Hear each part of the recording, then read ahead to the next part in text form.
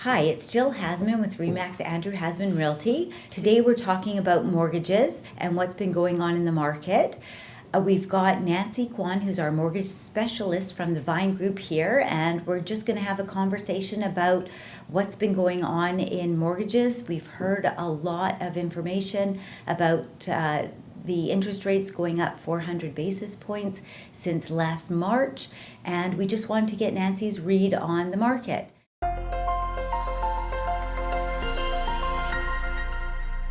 Nancy, where do you think mortgages might be going in the future? That's a good question. Well, thanks for having me, first of all. You know what, that's probably like the magic question that everybody wants to know. Unfortunately, I don't have the crystal ball, and all we can really work with is the information that Bank of Canada provides to us. So presently, prime rate is at 7.2%. It's probably been the highest since, I've been in the financial industry since 98, and we're getting close to the peak there. Definitely not very favorable. But you know, with the recent reports that's come out about shelter costs, our CPI index, job loss and unemployment rate, there are signs showing that rates are the inflation is we're starting to tackle it a bit. But obviously there's still a lot of other variables out there that makes influence on the inflation. So all we can hope to see right now is that that rates will stay stagnant. If we're thinking about any immediate rate drops, I hate to break it to you guys, we're not quite there yet. We still got a few other issues that we need to tackle. So kind of, buckle down and get ready for that ride. We just, all we can do is, protect ourselves for the worst and hope for the best at this present time. It is really amazing. For the past 20 years, we've seen the interest rates continually go down. And if you're under 50 years of age, you've only seen the interest rates go lower. So you were able to really borrow money at a very low cost, and you had the ability to purchase even more than one property. But now we're seeing the interest rates having gone in the opposite swing and very quickly, and you really see what happens when you have increased payments going forward. So if you're applying for a mortgage today, would you recommend a variable or a fixed rate, or is there something in between? You know what, I have to truly say it all depends on your personal circumstance, right? I think everybody needs to kind of get down to the basics, really look at their finances every month, what they're budgeted for, what are upcoming expenses that they may incur, and decide from there. I mean, a fixed and a variable rate, depending on like some of the terms and conditions, you're seeing a range between anywhere from like 5.6% up to like low 7. So there's a big range out there. For an individual that maybe is looking at, like, say for example, they're going to be downsizing, so they know they need to sell.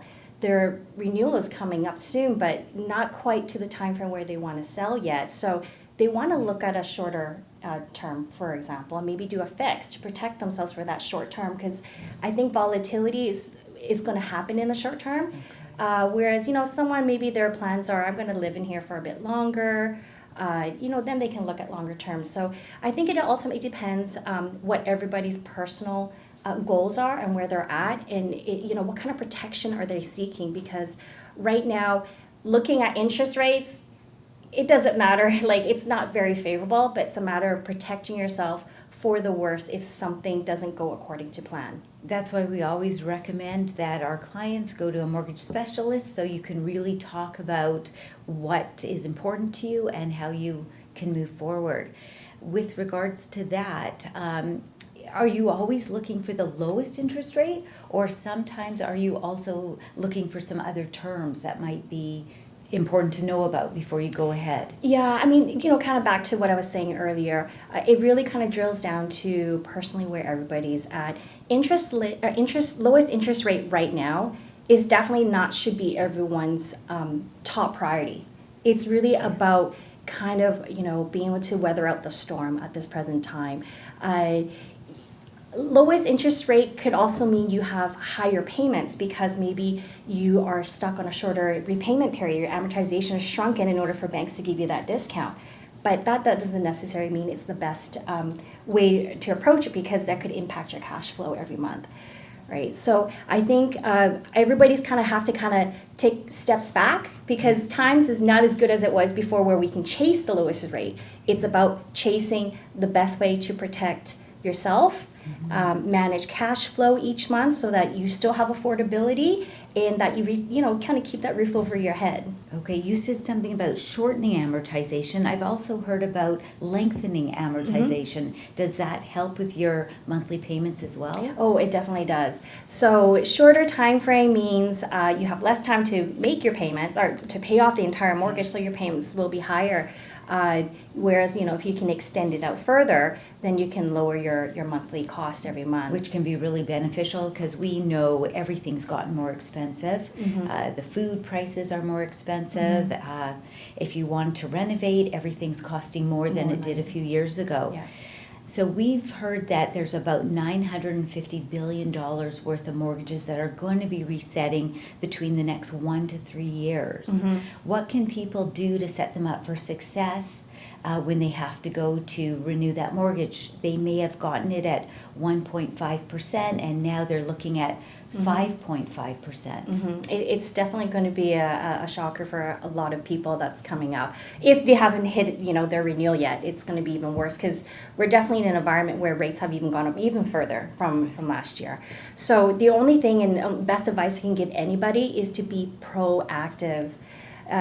This is not the time to be kind of sticking your head in the sand and kind of just wait until like the due date comes. It is not. It's be proactive because the earlier you approach it, the more choices you have. If you kind of get down to a month or two before your mortgage renewals, the options available may not be as great. Everybody or most banks allow 120-day early renewal, and that's kind of the optimal time to really start looking because rates can be locked in. Like most banks can guarantee you a rate hold of that time. But I'm actually suggesting even further than that. I'm suggesting people should be approaching this actually at like the 6-month mark, kind of start game planning as to how we want to approach this. Am I going to be selling in the near future? Do I have a kid that's going to go to university and I need to refinance? What is my current rates right now? How much have I really paid off my mortgage? Do I need to look at extending my amortization? Right? Those are, a few things to kind of help decide. For other people, if it's like cash flow is the main reason, then they may want to do a refinance now and not wait till later where rates could be potentially even higher and they can't qualify anymore. So refinancing now, getting some sort of mortgage where minimal, it may be just interest only payments for the time being. Okay, so there's quite a bit of flexibility there. There is.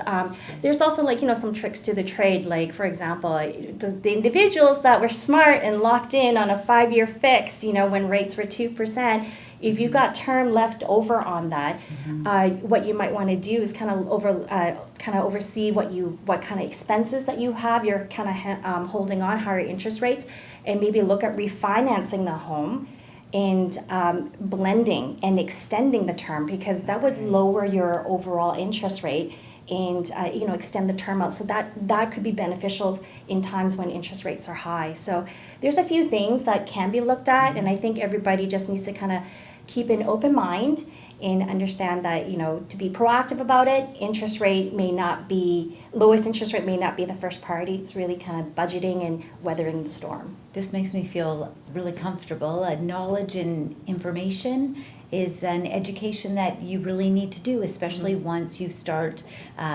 purchasing your home or other properties. When you have that information, then you can make good choices. This has been wonderful. I have one last question. It has to do with you've applied for your first mortgage or a mortgage, and are there any do's or don'ts that you should do after you've sent in that application? Oh, definitely. Make sure you don't change your jobs. We want to make sure you're in a stable, steady job and there's no probation period.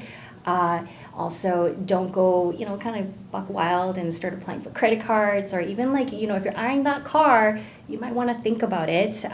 Wait until the biggest part of your finance application is kind of taken care of before you consider taking on more debt.